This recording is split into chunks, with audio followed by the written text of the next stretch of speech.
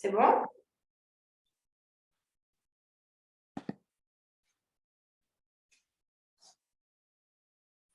Alors, je vous laisse vous installer dans votre assise de début de séance. Alors, l'assise, elle pourra bien sûr se modifier au fur et à mesure de la séance, selon si vous êtes peut-être instable sur les chevilles ou sur les genoux. Vous avez besoin de vous mettre différemment. Hein. Alors, pour commencer, Siddhasana, c'est une proposition. Donc, Siddhasana, c'est avec les talons qui sont l'un au-dessus de l'autre, le pied qui pénètre dans le mollet et la cuisse, les genoux qui se dirigent vers le sol, et l'assise avec le traversin qui se colle un peu plus au niveau du centre des fesses, même la racine des cuisses, pour garder la compacité au niveau des hanches. Sinon, la compacité, elle tombe vers l'avant. Donc après, c'est difficile de donner la hauteur à la face antérieure du tronc. J'ai avec moi un bol. Ce bol, il nous permet d'entrer et de sortir des exercices. Nous suivons notre cursus de la méditation de Jhana avec le livre. Et aujourd'hui, nous allons introduire les qualités des éléments, les 4 éléments, dans l'observation de la méditation. On a vu précédemment l'observation dans la méditation. Nous avons observé le début de l'inspire, la transformation de l'inspire avec la pression dans les poumons. Puis, nous avons vu le soulagement de l'expiration, puis cet espace qu'il y a après l'expire et qui devient aussi lui-même insatisfaisant parce qu'il y a de nouveau cet engouement, cette soif d'inspirer, et ce cycle qui se reproduit, avec des états internes de plus en plus subtils, émotionnels. Ils sont à l'intérieur, ces états, ils sont naturels. Et nous, bien sûr, dans notre quotidien, ces états s'amplifient. On leur donne une autre dimension. Mais à la base, ce sont des mouvements internes de survie. Et avec des déclencheurs qui nous disent, quand c'est inspiratoire, il faut inspirer parce que sinon, on meurt. Et à la fin de l'inspiration, cette saturation des poumons pleins qu'il faut vider parce que sinon, aussi, avec les poumons pleins, si on n'expire pas, il y a un moment donné, il faut faire la vidange. Dans la continuité de l'exercice, il y a la perception des éléments dans la pratique. Alors, au niveau de la méditation, c'est différent de la pratique des asanas. Au niveau de la méditation, ça va entrer sur comment un élément il est déjà présent dans le corps et comment on peut lui redonner l'importance qu'il a au sein de la matière, en nous-mêmes, sans que nous soyons identifiés à une certaine matière que l'on touche, par exemple. C'est difficile de s'imaginer que notre élément terre, par exemple, il est présent en nous sans que nous bougions, sans que nous touchions quelque chose, avec les mains, puisqu'on touche beaucoup la matière avec les mains, sans que nous puissions aussi l'observer, la terre, sans que nous l'entendions. Tout ça, comment c'est possible? C'est ce qu'on va voir maintenant. Donc, on va commencer par l'élémentaire. Vous commencerez l'exercice avec un premier tintement du bol, et au deuxième tintement du bol, vous quitterez l'observation et vous reviendrez à une observation, à une vigilance flottante. Installons l'assise. À partir de la pose de Siddhasana ou d'autres, une autre forme de pose, trouvez déjà la puissance de l'enracinement avec les ischions qui descendent profondément dans le traversin. Vous avez un certain contact avec la matière, du traversin ou du sol. Et ce sol, cette matière terre, elle vous permet de rebondir dessus et de donner un élan vertical à la racine de la colonne vertébrale. Et cela jusqu'au sommet du crâne. Les yeux sont ouverts pour commencer. Gardez vos yeux ouverts. Déployez l'horizontalité des ceintures, donc la ceinture pelvienne horizontale, la ceinture scapulaire horizontale, et entre ces deux espaces, scapulaire et pelvien, la distance, l'ouverture de toute la colonne des chakras, du Mula Adhara jusqu'au alors on va dire jusqu'au Vishuddha quand on parle du tronc, et plus haut au Sahasrara lorsque vous irez un peu plus loin dans le conduit énergétique. Mais pour l'instant, simplement, comprenez cette distance entre le Mula Adhara, le centre du coccyx, le plancher pelvien, et le centre de la gorge, le Vishuddhi, qui est bien en arrière ici, entre la paroi interne de la gorge et les parois externes et postérieures. Tout ça, le Vishuddhi, il est au centre. À partir de là, fermez vos yeux.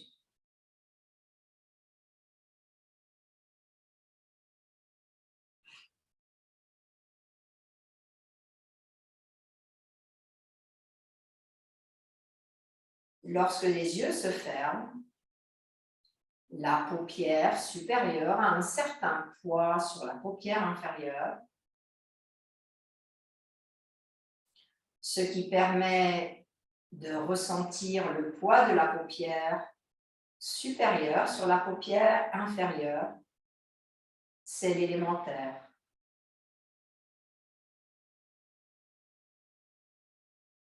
Lorsque vous enracinez les fesses dans le traversin, que vous cherchez un certain appui pour élever la base de la colonne vertébrale vers le sommet du crâne, c'est l'élémentaire qui vous permet d'avoir cet accès au toucher entre ce qui est souple et ce qui est dur.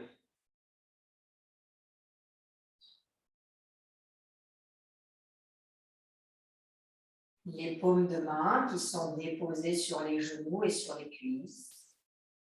Les mains ont un certain poids que vous pouvez sentir, une certaine structure, un certain corps, ce qui fait que vous pouvez percevoir ce placement de la main sur la cuisse.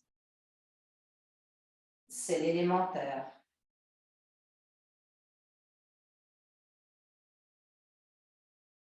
Les genoux déposés sur le sol, le contact du sol contre le genou, c'est l'élémentaire.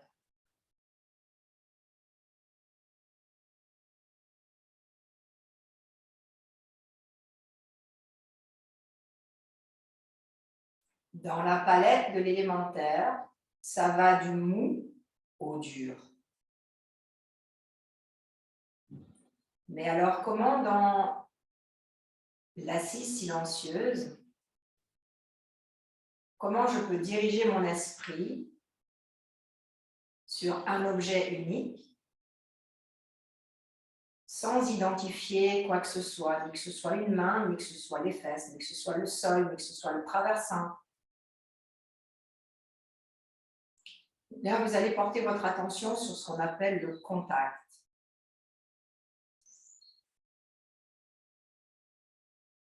Tout ce qui permet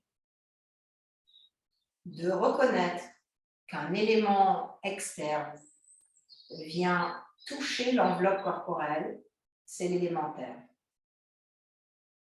C'est la terre qui permet cela. Donc, nous allons commencer notre premier exercice. Dans ce bain d'informations, de reconnaître tout ce qui vient toucher le corps, l'enveloppe corporelle, aussi bien de l'extérieur vers l'intérieur que de l'intérieur vers l'extérieur. Donc, nous faisons cet exercice pendant quelques minutes. Juste une observation, une vigilance sur tout ce qui vient toucher et tout ce qui est pressenti comme étant contact de l'espace externe vers l'espace interne et de l'espace interne vers l'espace externe, en tant que toucher.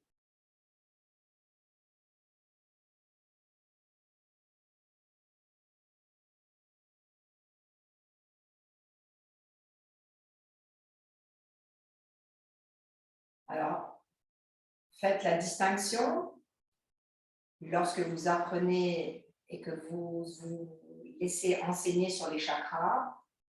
L'élémentaire, il est lié à l'odorat. Mais là, dans l'exercice que nous faisons pour goûter à la terre, nous sommes dans la palette du mou au dur, de tout ce qui vient se poser sur l'enveloppe et qui nous donne une information sur la solidité ou la mollesse.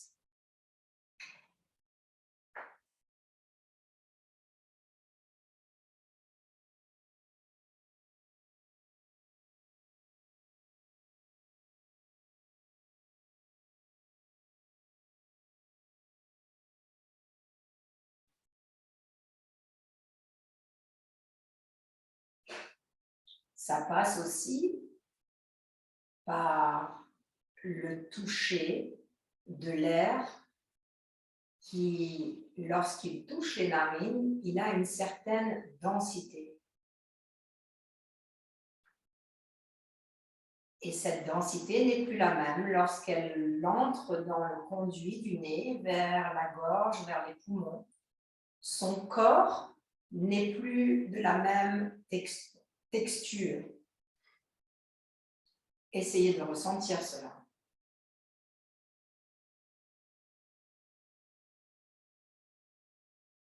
Et ce qui permet de ressentir cela, c'est l'élémentaire.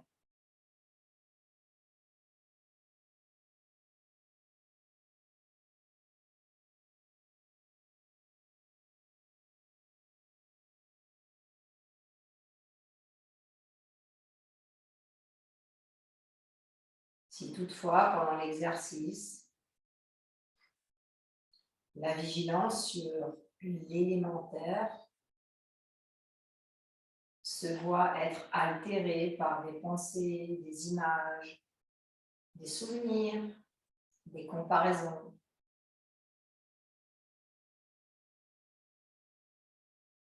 Alors, revenez sur l'attention sur la respiration calme et tranquille, jusqu'à ce que vous retrouviez le cap de l'exercice demandé.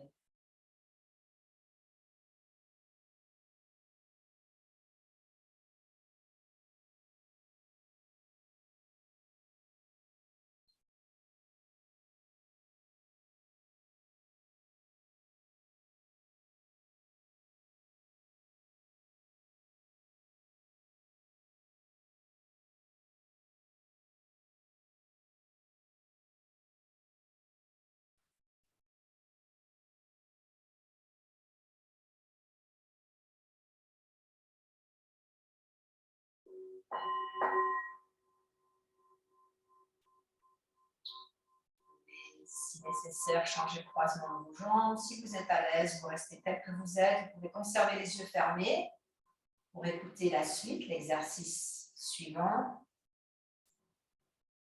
Le passage à l'élément eau.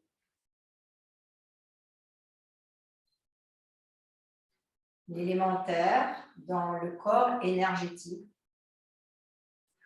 il est situé dans le Mula Adhara.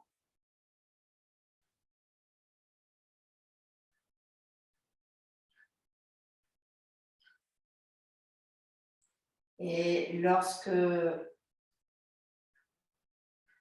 vous vous orientez mentalement vers la compréhension de la Terre, vous pouvez aussi installer votre conscience dans cette zone sans la bouger, sans faire quoi que ce soit, sans essayer de stimuler le bandha ou l'adhara, simplement placer la conscience à cet endroit-là, à ce siège.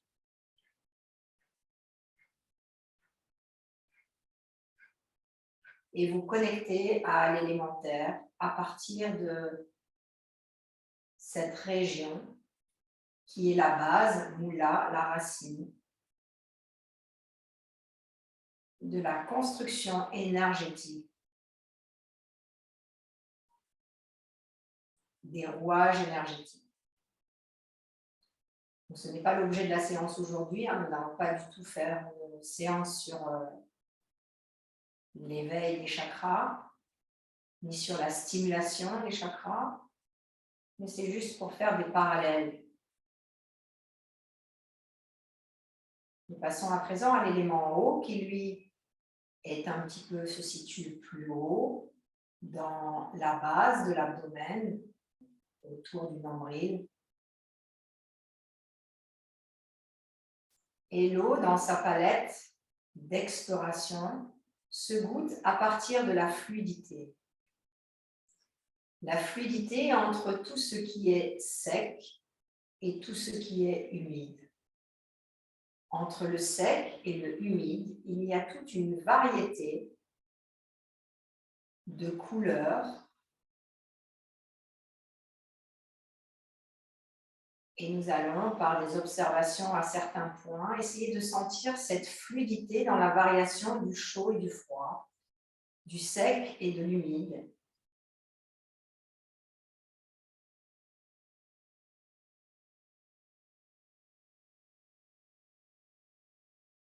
Alors, commençons d'abord par les zones de la peau qui se touchent les unes contre les autres. Lorsque la main se pose sur la cuisse, le contact des deux peaux révèle une sensation d'humidité.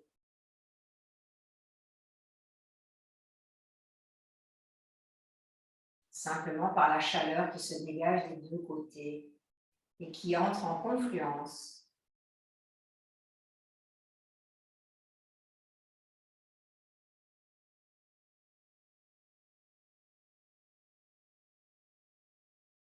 L'air ambiant qui touche l'enveloppe corporelle de l'extérieur vers l'intérieur, lui aussi s'offre d'une certaine manière entre un air qui pourrait être sec, un peu moins sec, neutre, humide, un petit peu plus humide, mouillé. Ça, c'est la reconnaissance de l'élément eau juste par l'observation de ce qui vient toucher l'enveloppe corporelle.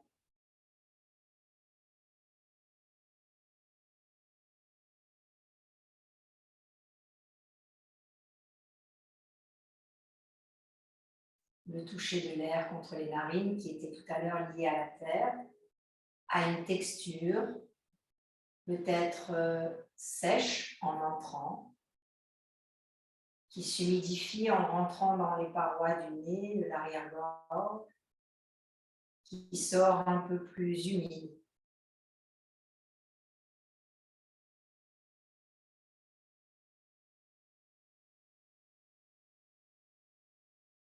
Voyez, vous affûtez petit à petit la sensation. C'est ça, les sensations corporelles. Elles demandent beaucoup de courage pour aller les goûter, parce qu'elles sont infimes à différencier entre ce qui est sec et humide, ce qui est chaud et froid, ce qui est tiède, ce qui est lourd, ce qui est dense.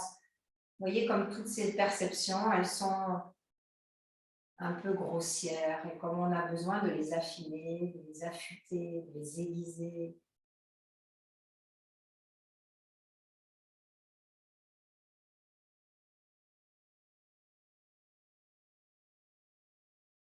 Peut-être que vous êtes habile maintenant pour faire la distinction entre ce qui est relié à la terre, entre le mou et le dur, ce qui est lié à l'eau, entre le sec et l'humide.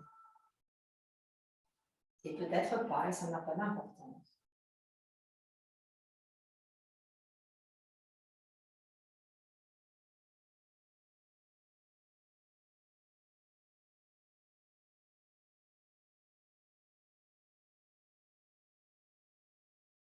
Soyez généreux dans votre observation. Donnez-vous pleinement à l'observation comme si vous étiez dans votre laboratoire.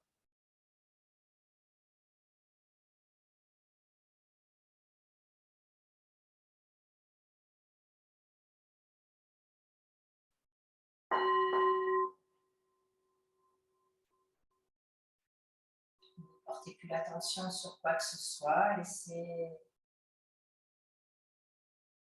l'esprit être en sieste.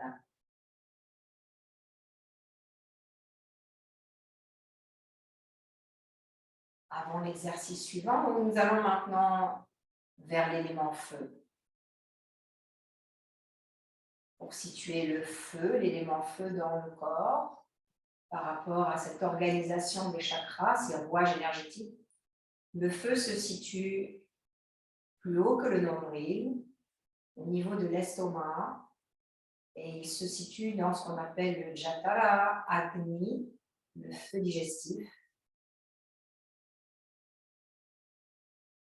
Et lui, il va nous donner des informations sur tout ce qui est entre le froid et le chaud.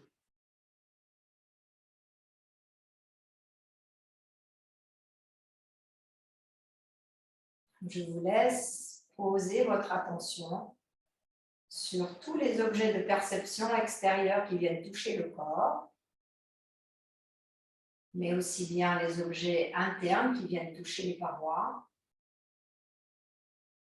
et qui peuvent nous donner des informations sur ce qui est froid, un peu moins froid, ce qui est neutre, température ambiante, ce qui est tiède, un peu plus chaud, chaud, très chaud, bouillant. Allez chercher cette vigilance, cette direction mentale pour reconnaître l'élément feu dans l'assise à chaque instant.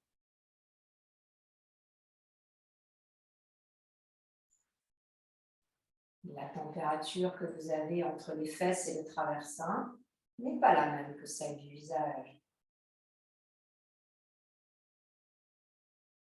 La température des parties du corps qui ne sont pas couvertes par un vêtement ne sont pas à la même température que les zones qui sont couvertes.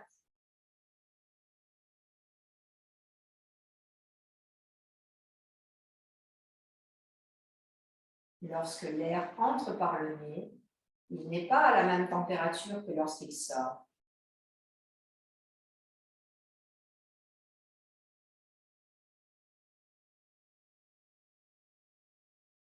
Le pied qui est dessous n'est pas à la même température que le pied qui est dessus.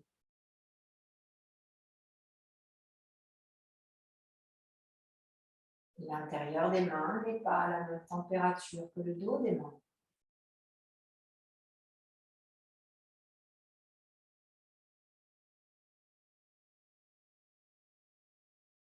La face antérieure du tronc n'est pas à la même température que la face postérieure. Tout ça, tout ce qui vous révèle ces informations de différence au niveau thermique, c'est l'élément feu dans le corps.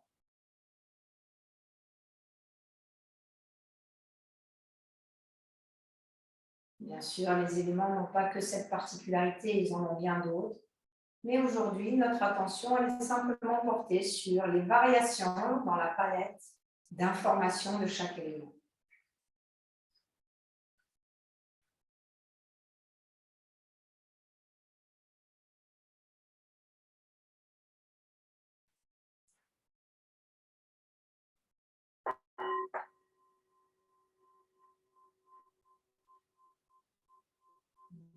N'orientez plus l'esprit vers une attention particulière.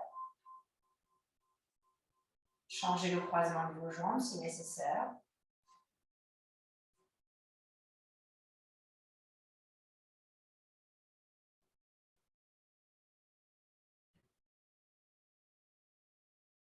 Et nous passons au quatrième élément, l'élément air, qui lui se situe dans l'espace de la poitrine, l'espace des épaules, l'espace des omoplates,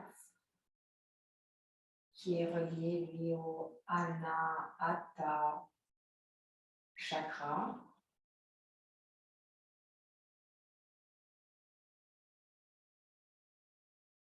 Et les spécificités, les caractéristiques de l'élément air dans l'observation, c'est ce qui est sur la palette entre le léger et le lourd.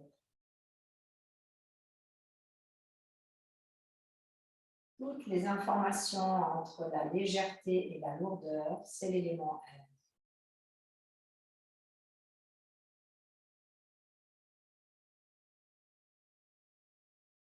Observez comme spontanément, lorsque vous inspirez, il y a un certain allègement. Un peu comme un ballon qui s'envole. Alors que sur l'expiration, il y a une sensation d'alourdissement, d'étalement, d'enracinement, d'ancrage.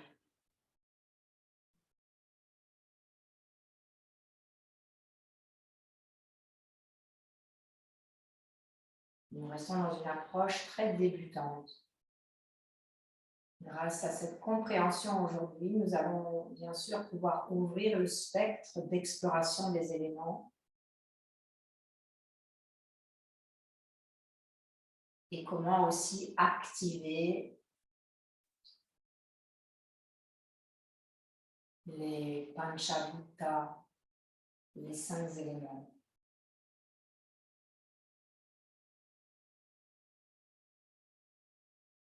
On pourra aussi les vivre avec les mudras, avec les mantras, avec les couleurs.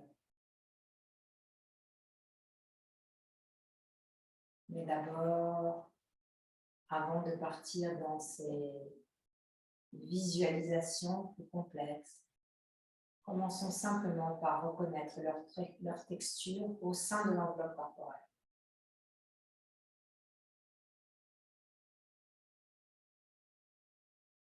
Le corps a un certain poids sur le traversin. Le poids des fesses sur le traversin n'est pas le même que le poids des mains sur les cuisses.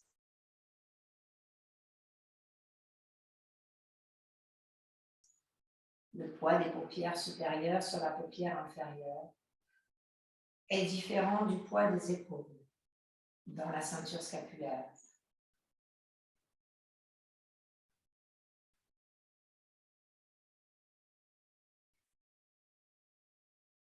Goûtez au poids des organes dans l'abdomen.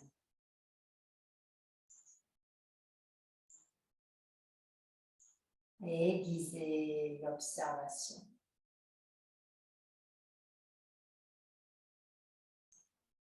Le poids des bras qui pend après les épaules.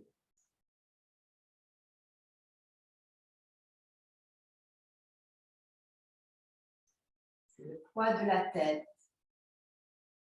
Lorsque la tête est au centre, la tête est légère. Sitôt que la tête va légèrement vers l'avant, elle a un certain poids.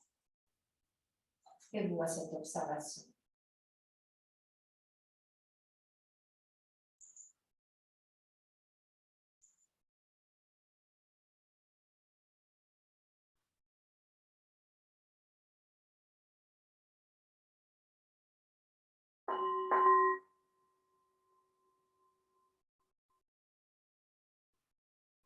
Revenez à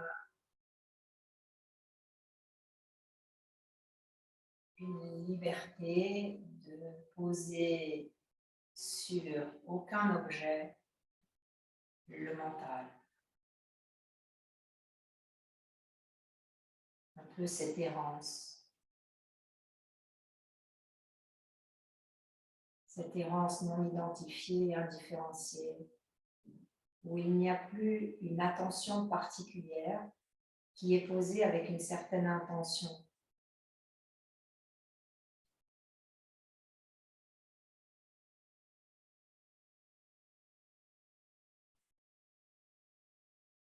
Il n'y y a en arrière-plan une certaine vigilance, mais beaucoup plus flottante, sur la totalité de ce qui est.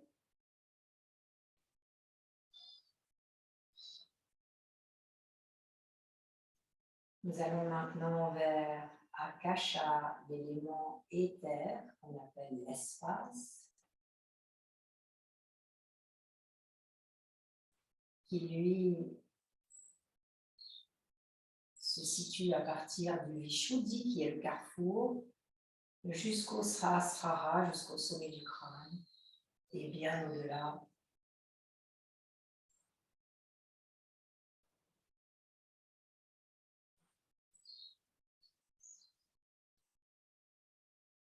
Pour comprendre l'élément éther, reliez-vous simplement à l'espace infini.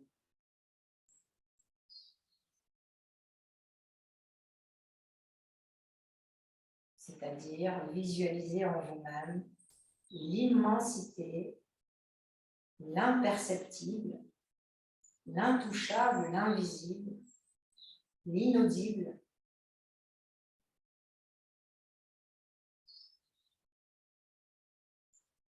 et laissez-le vous avaler complètement.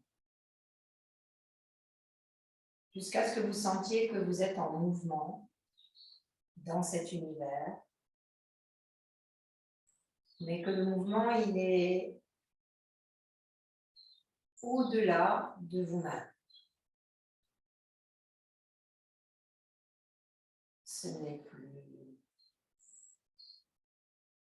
Sandrine qui inspire et qui expire, mais Sandrine qui reconnaît que quelque chose se fait au-delà de la volonté.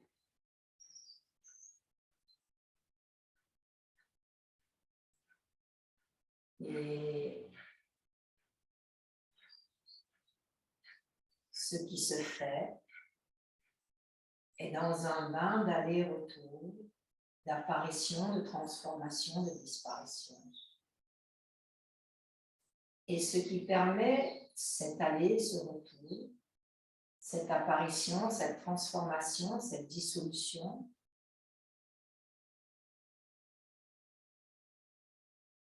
c'est l'élément éther,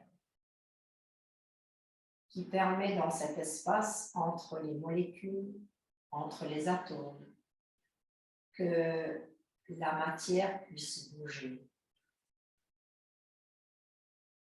s'assembler, fusionner,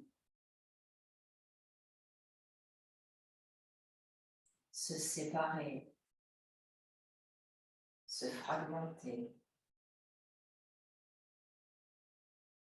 prendre des formes, quitter les formes.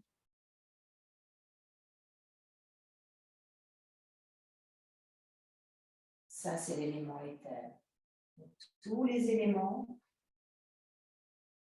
l'association des éléments, c'est dans le bain de l'éther.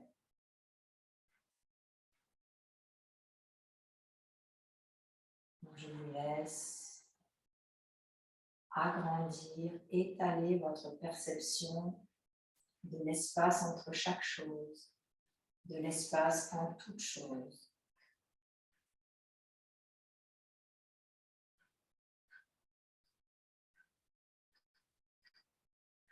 Comme si vous défragmentiez la matière pour reconnaître qu'à la base,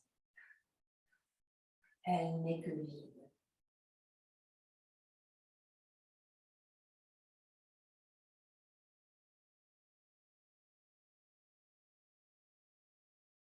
Elle est vide parce qu'elle se décompose à l'infini.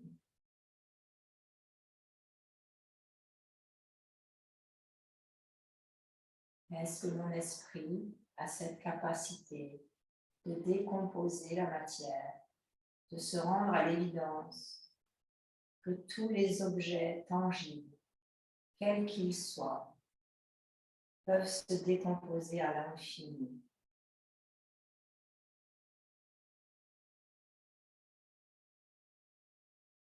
À l'infiniment petit. et se rendre compte alors qu'il n'y a aucun espace différencié, qu'il n'y a aucun objet différencié de ce que je suis, puisque lorsque l'on décompose, que ce soit le corps, une partie du corps, une cellule du corps, sa décomposition en microparticules est infinie. Est-ce que je peux me poser là-dessus? Est-ce que ça peut me donner de la matière informative pour quitter le nom et la forme?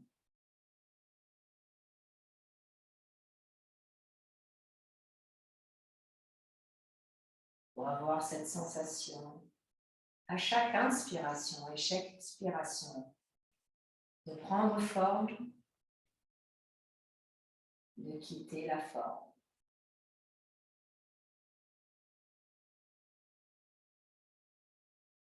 D'être matière, d'être le vide.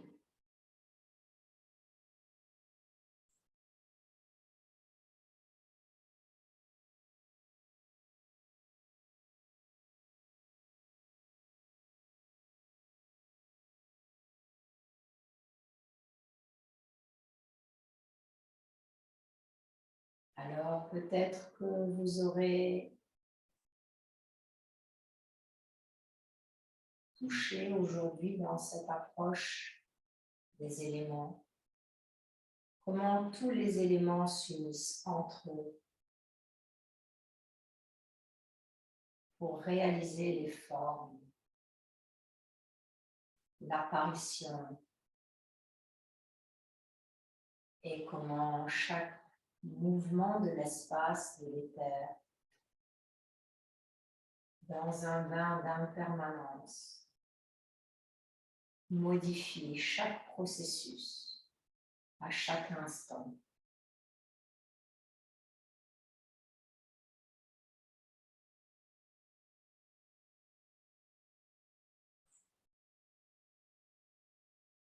Et quelle est cette énergie qui permet aux éléments de bouger, de se transformer dans l'espace?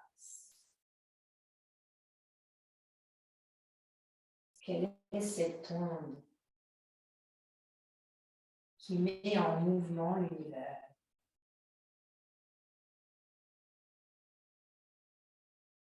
C'est l'amour.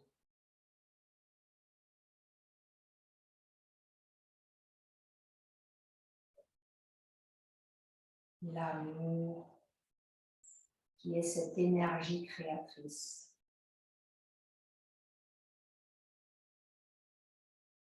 Créatrice de vie.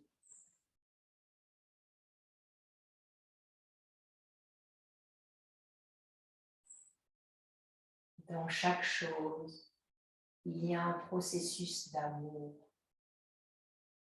Sinon, ça ne pourrait pas bouger, s'assembler, s'éloigner.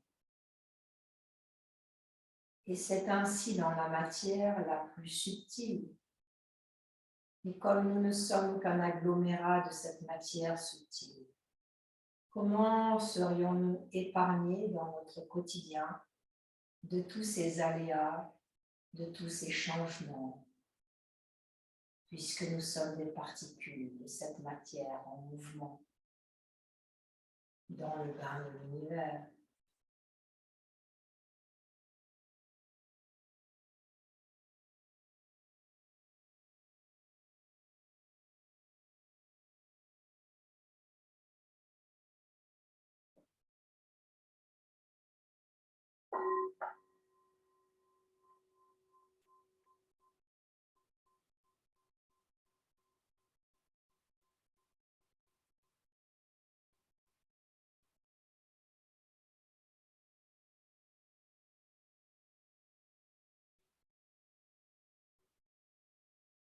Libérer l'esprit de cette intention de goûter à la totalité et revenez sur une vigilance flottante,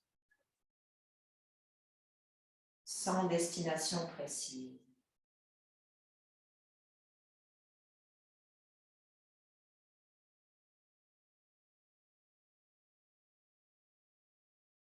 jusqu'à ce que vous sentiez le souffle spontané qui revient à la surface, que vous aviez peut-être perdu dans une observation plus précise.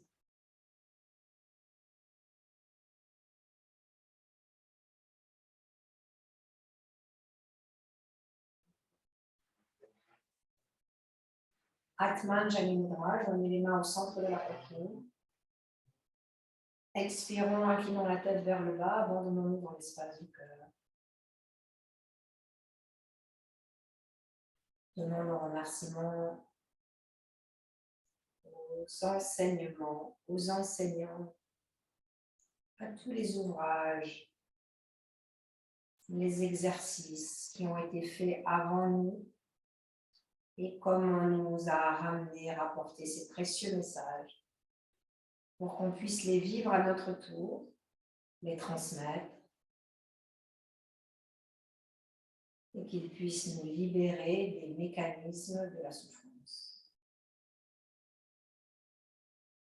Replacez les mains sur les cuisses, doucement relever la tête et lorsque les yeux s'ouvrent, nous allons passer un petit moment avec les yeux ouverts sans ajuster l'image. Vous laissez le regard errer, vous n'avez rien besoin de faire.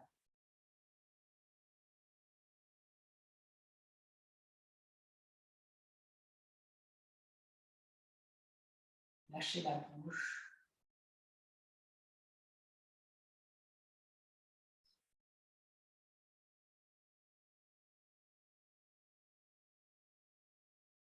Totalement disponible.